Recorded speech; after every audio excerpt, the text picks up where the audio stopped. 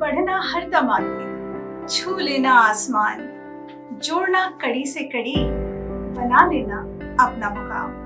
मैं हूं शुभ्रा आपके साथ श्रमिक.लाइव पर, और सृजनशील नारियों को एक नई पहचान देने, उनकी प्रतिभा को एक नया आयाम देने हम लेकर आए हैं कार्यक्रम श्रमशील नारी।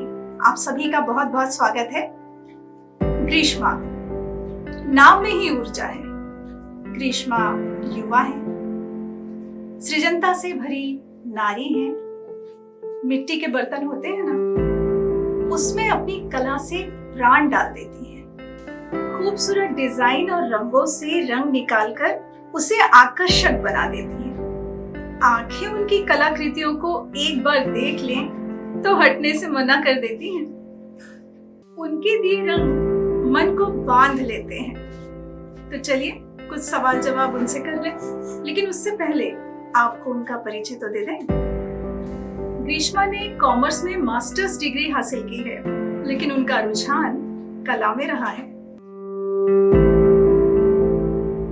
और आज की इस कड़ी में, आज के एपिसोड में हमारे साथ हैं ग्रीष्मा मेहता। तो चलिए कुछ बातें करते हैं ग्रीष्मा से। तो ग्रीष्मा, आपने ये काम कब और कैसे शुरू किया? ये मुझे मेरे पापा से प्रेरणा मिली। मेरे पापा बहुत अच्छा स्केच करते हैं और मैं स्कूल टाइम में उन्हीं से हमेशा अपनी प्रोजेक्ट वगैरह बना के लेके जाती थी। तो मैंने धीरे धीरे उन्हीं से सीखा, मुझे अच्छा लगा, मुझे सिखाते रहे। फिर एजुकेशन के साथ साथ मैं साइड में ये काम करती थी, ड्राइंग करती थी। कहीं गलती होती थी तो मुझे बताते थे कि बेटा ऐसा नहीं, ऐसा करो तो ये अच्छा होगा करके। जैसे मेरी एजुकेशन कंप्लीट हुई तो मैंने ये वर्क स्टार्ट किया और इसको मैंने अपना प्रोफेशन बनाया। तो मुझे मम्मी पापा दोनों ने बोला कि बहुत अच्छा हो रहा है, अच्छा लग रहा है। तो घर में जो भी आते हैं मुझे बोलते थे नहीं यार बहुत अच्छा काम है करके। फ्रेंड्स ने भी तारीफ की, जो भी मतलब मुझसे लेके जाते थे परचेज करके, उनको बहुत पसंद आता था। घर में कोई उनके देखता था तो पूछता था, तो पसंद आने लगा था। ये बिजनेस जो है वो आपने कितने अमाउंट से शुरू किया, जिसको पॉकेट मनी बचाते हैं, करते हैं, या मम्मी या पापा किसी ने आपकी हेल्प की?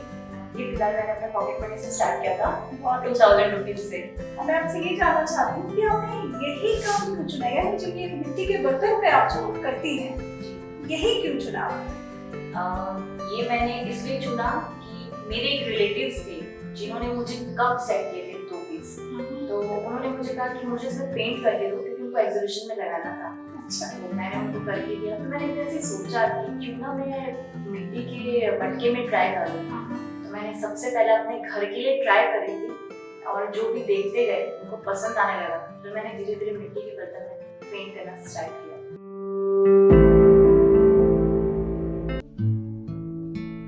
ख्वाहिशें अच्छी हैं, सोच भी अच्छी है, दिखने के लिए सारी बातें अच्छी है, लेकिन मेरा जेब उतना अच्छा नहीं है। ख्वाहिशों का घर तो मिल जा रहा था, हमने जैसे सोचा सारी हमारी ख्वाहिशें पूरी भी हो जा रही थी, लेकिन जो सबसे इम्पोर्टेंट है ख्वाहिशों को पूरा करने वाली बजट। सिद्धार्थ को भी मैंने कई दफा ऐड देखा, बहुत सारे ऐसे नहीं कि सिद्धार्थ ने से कई लोगों का ऐड देखा। उसमें उन्होंने अपने प्रोजेक्ट के बारे में बताया, उन्होंने जो बजट हाईलाइट किया वो कहीं ना कहीं मेरे दिमाग को छूने लगी इन बातों को।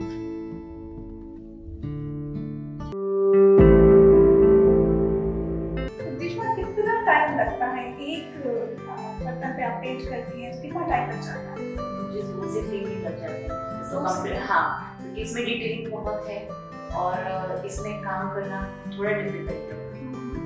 इसमें किस तरह के कॉन्सेप्ट आप यूज करती हैं, यानी कलर कॉम्बिनेशन और डिजाइन्स किस तरह से यूज करती हैं? कलर्स तो मैं सारे इसमें ब्राइट कलर यूज करती हूँ, क्योंकि ब्राइट्स ज़्यादा अच्छे लगते हैं।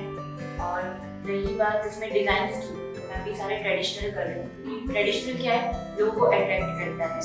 और जैसे कुछ ओकेजन रहता है तो मैं वैसा, जैसे बीच में मदर्स डे था तो मैंने एक बॉटल मदर्स के हिसाब से तैयार की थी कि क्या है, कोई भी अपनी मदर्स को ये गिफ्ट दे तो बहुत अच्छा लगता है। और अभी मैं सोच रही हूँ कि जैसे हमारे भारतीय संस्कृति में जो भी डिजाइन्स हैं, जो भी पेंटिंग्स हैं, तो मैं इसमें लाने का कोशिश कर रही हूँ।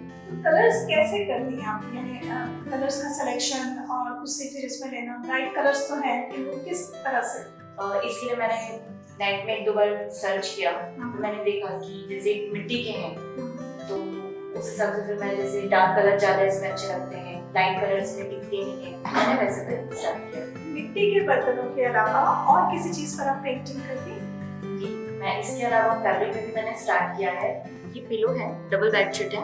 ये मैंने कॉटन के फैब्रिक में पिलो में मैंने किया है। मैंने फ्लोरल वर्क किया है इस पे कि मतलब अच्छा लगता है लुक में फ्लोरल वर्क, तो मैंने इसमें फ्लोरल डिजाइन किया है। ये भी लिनन है, इसमें भी मैंने फ्लोरल डिजाइन दिया है कि थोड़ा सा मतलब ट्रेडिशनल का ट्रेडिशनल भी हो जाए और ट्रेंडी भी लुक दे।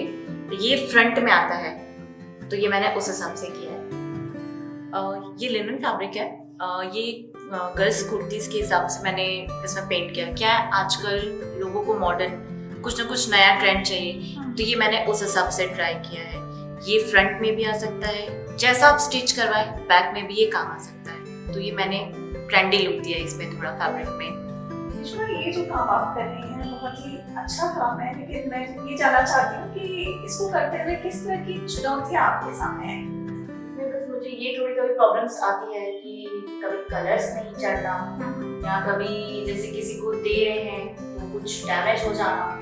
कोरोना स्टार्ट हुआ, लॉकडाउन स्टार्ट हुआ, तो मुझे बाहर से भी ऑर्डर्स मिलते थे, बट मैं ले नहीं पा रही थी क्योंकि ट्रांसपोर्टेशन बंद हो गया था, तो मुझे देने में प्रॉब्लम्स हो रही थी। ये मेरे लिए अभी सबसे बड़ी प्रॉब्लम थी। Shramik.life की पूरी टीम की ओर से ग्रीष्मा को बहुत सारी शुभकामनाएं। इसी तरह काम करती रहें, आगे बढ़ती रहें। ग्रीष्मा ने अपनी ही जैसी सृजनशील और रचनात्मक नारियों के लिए एक मैसेज भी दिया है। मुझे बहुत खुशी हो रही है Shramik.life में आके, और मुझे बहुत अच्छा लगा आप सबसे मिलके। आपने मुझे ये प्लेटफॉर्म दिया। जो भी हाउसवाइफ हैं और जो भी महिलाएं हैं जो घर पे रह के कुछ नहीं करती, मैं चाहती हूँ वो भी कुछ ना कुछ स्टार्ट करें, अपना हुनर दिखाएं और इस फील्ड में आगे बढ़ें। जिनको जिसमें भी शौक है, मैं चाहती हूँ वो कुछ ना कुछ करें, क्योंकि आसमान हम सबके लिए खुला है। आज हम यहाँ हैं, पता नहीं कल हम कहाँ होंगे। ऊर्जा से परिपूर्ण ग्रीष्मा से मिलकर आपको भी जरूर खुशी हुई होगी। आत्मनिर्भर भारत की ओर अग्रसर ऐसी ही सृजनशील नारियों से हम आपकी मुलाकात करवाते रहेंगे श्रमशील नारी में। ग्रीष्मा से बातचीत के दौरान हमने उनकी प्रॉब्लम्स के बारे में भी जाना। उनकी प्रॉब्लम्स का सॉल्यूशन लेकर हमारे एक्सपर्ट होंगे आपके साथ, लेकिन इस ब्रेक के बाद।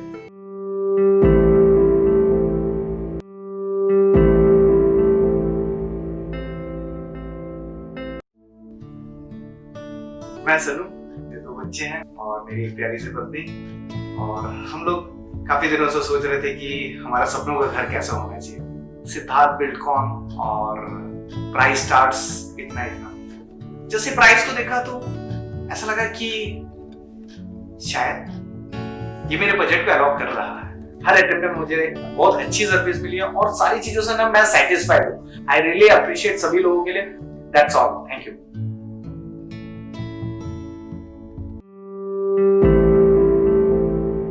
Shramik.life पर मैं हूँ शुभ्रा आपके साथ, और हमारे साथ हैं सौरभ उपाध्याय जी।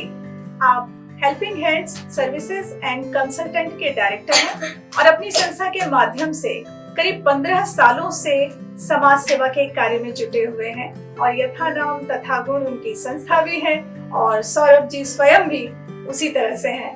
श्रमशील नारी के अंतर्गत हमने ग्रीष्मा से बातचीत की तो हमें पता चला कि उन्हें 2 तरह की समस्याएं आ रही हैं।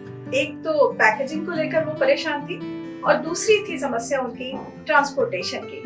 तो आज हमने सौरभ जी को अपने स्टूडियो में आमंत्रित किया है, जो बहुत ही जानकार व्यक्ति हैं और उनकी संस्था के माध्यम से वो लगातार लोगों को सलाह देते हैं और सपोर्ट करते हैं। तो हम उनसे जानेंगे सॉल्यूशन ग्रीष्मा की प्रॉब्लम्स का। तो सौरभ जी, बहुत बहुत स्वागत है आपका।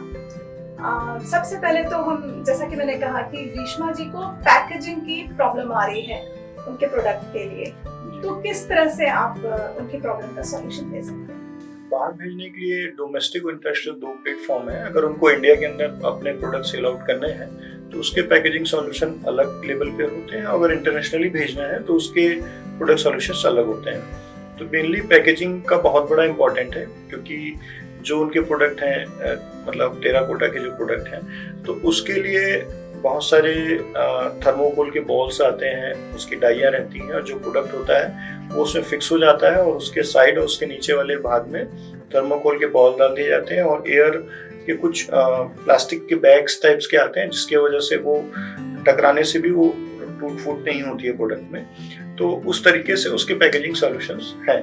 तो डिपेंड्स करता है कि आपके प्रोडक्ट्स क्या है, उसकी साइज क्या है, लेंथ क्या है, विड्थ क्या है, उस अकॉर्डिंगली उसका सॉल्यूशंस मिल जाता है। बहुत अच्छी बात आपने कही सौरभ जी, क्योंकि उनका यही था कि बैंगलोर से उनके पास ऑर्डर्स हैं, ऑस्ट्रेलिया से उनके पास ऑर्डर्स हैं, लेकिन उन्हें समझ में नहीं आ रहा कि कैसे वो पैकेज करें, कैसे भेजें। दूसरी जो उनकी प्रॉब्लम है वो है ट्रांसपोर्टेशन की। उन्हें लगता है कि जैसे हम बाहर भेजेंगे टूट फूट होगा, तो हमको दोबारा से वो प्रोडक्ट देना पड़ेगा, तो उनको भी महंगा पड़ जाएगा, इस तरह की बातें हो रही थी। जी।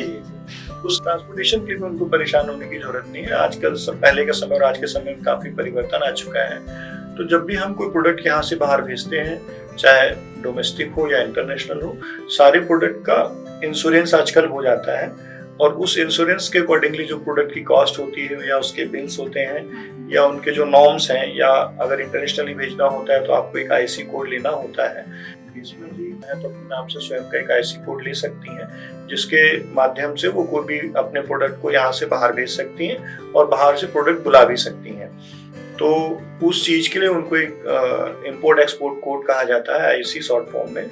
वो लेने के पश्चात ही आप यहाँ से कोई प्रोडक्ट इंटरनेशनल मार्केट में सेल आउट कर सकती हैं। उसके जो नाम्स होते हैं उनको फुलफिल करना होगा, रिलेवेंट डॉक्यूमेंट देने होंगे, और अगर वो आईसी भी लेना चाहें तो 10 से 15 दिन के अंदर ऑनलाइन आवेदन करके उस चीज को ले सकती हैं।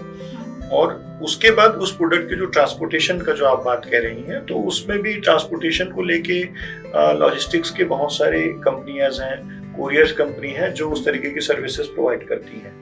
तो उनको आप अपने जिलों में बुला के आप दे सकते हैं, आपके होम टाउन से भी वो प्रोडक्ट कलेक्ट कर सकते हैं, और उसका सारी रिस्पॉन्सिबिलिटी उस कंसाइनमेंट को लेने के बाद उनकी रिस्पॉन्सिबिलिटीज हो जाती है।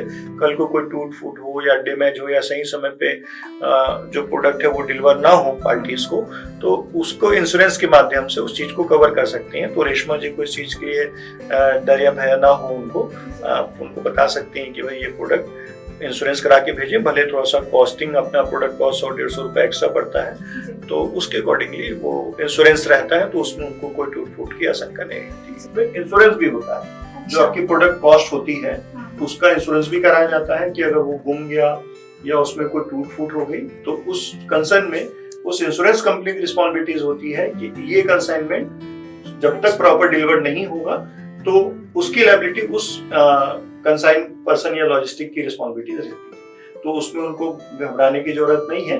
एक बार लॉजिस्टिक को दे दिया, उस प्रोडक्ट का इंश्योरेंस जरूर कराएंगे तो इस प्रॉब्लम से उनको निराकरण हो जाएगा। जी, तो इसके लिए संपर्क कहाँ करना पड़ेगा? यहाँ रायपुर में अगर हम बात करें तो रायपुर में बहुत सारी कोरियर सर्विसेज है, ब्लू डॉट है, DTDC है, और भी इंटरनेशनल के 2-3 अच्छे कोरियर्स कंपनी है और लॉजिस्टिक कंपनी भी जो ये सारे काम करती हैं। कुछ कॉन्टेक्ट्स में आपको प्रोवाइड करवा दूँ। ये सब लॉजिस्टिक और कोरियर कंपनी है जो इस तरीके की सर्विसेज देती है, और ऑनलाइन के माध्यम से भी हम उनको सपोर्ट कर सकते हैं। ऑनलाइन भी जाके वेब पोर्टल से भी नंबर लेके भी आप बात कर सकते हैं, और उनके प्लेसेस से वो प्रोडक्ट वहां से खुद भी कलेक्ट कर सकते हैं। आपको प्रोडक्ट का पूरा स्पेसिफिकेशन बताना होता है, उसके बिल्स लगते हैं और उनके जो रिलेवेंट डॉक्यूमेंट्स लगते हैं कंपनीज को, वो उनको प्रोवाइड करना होगा। तो उसके अकॉर्डिंगली वो प्रोडक्ट यहाँ से बाकायदा ट्रांसपोर्टेशन हो जाएगी।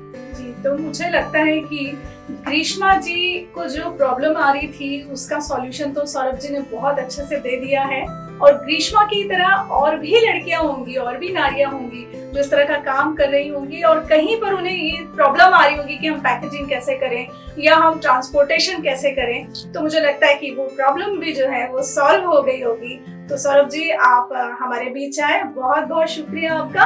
हम आपकी सेवाएं आगे भी लेते रहेंगे, और इसी तरह से लोगों को हम अवेयर करते रहेंगे, बताते रहेंगे, समझाते रहेंगे और आगे बढ़ाते रहेंगे। आपका बहुत बहुत शुक्रिया।